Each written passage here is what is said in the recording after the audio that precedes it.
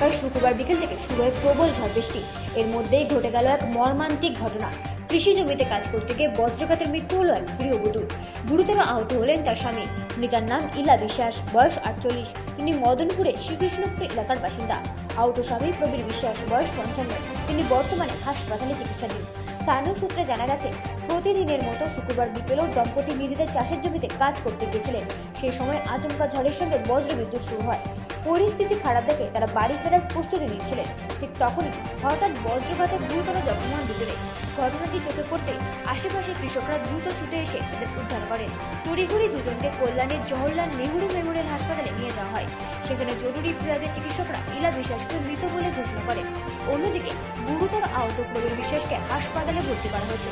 তার অবস্থা আশঙ্কাজনক বলে জানা গেছে। এই ঘটনায় এলাকায় শোকের ছায়া নেমে এসেছে। ব্যুরো রিপোর্ট, রাজ্য নিউজ নেটওয়ার্ক।